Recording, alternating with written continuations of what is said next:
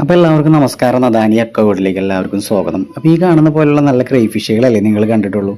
അപ്പോൾ ഈ കാണുന്നത് എന്താണെന്ന് മനസ്സിലായോ?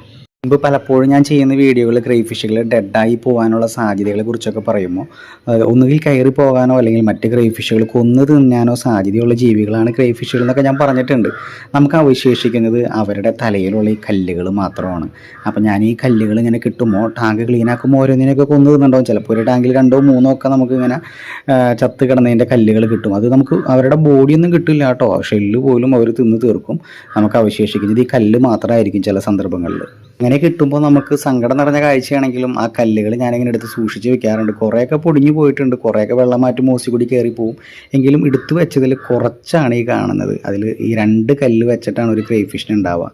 അപ്പോൾ അത് എണ്ണിയാൽ തന്നെ നമുക്ക് എത്ര ക്രൈഫിഷുകൾ ഉണ്ടെന്ന് മനസ്സിലാവും. അപ്പോൾ എന്നും കൗതുകങ്ങൾ തരുന്ന ഒരു ജീവികളാണ്, അല്ലെങ്കിൽ ഒരു കൗതുക കാഴ്ചകൾ തരുന്ന ജീവികളാണ് ക്രൈഫിഷുകളെന്ന് ഞാൻ ഇടയ്ക്ക് പറയാറുണ്ട്. അപ്പം അങ്ങനെ ആ ഒരു കൗതുകത്തിന് നമ്മൾ എടുത്തു വെച്ച കല്ലുകളാണ് ഈ ഒരു വീഡിയോയിലൂടെ കാണിക്കുന്നത്. അപ്പോൾ ആ കല്ലുകളുടെ കളക്ഷനും അതുപോലെ തന്നെ നമുക്ക് അതിൻ്റെ ഷെല്ലുകളുടെ കളക്ഷനൊക്കെ ഞാൻ ചെറുതായിട്ട് ചെയ്യാറുണ്ട്. പക്ഷേ കുറേയൊക്കെ നശിച്ചു പോയിട്ടുണ്ടെങ്കിലും കുറച്ചൊക്കെ നമ്മുടെ കയ്യിൽ സ്റ്റോക്ക് ഉണ്ട്.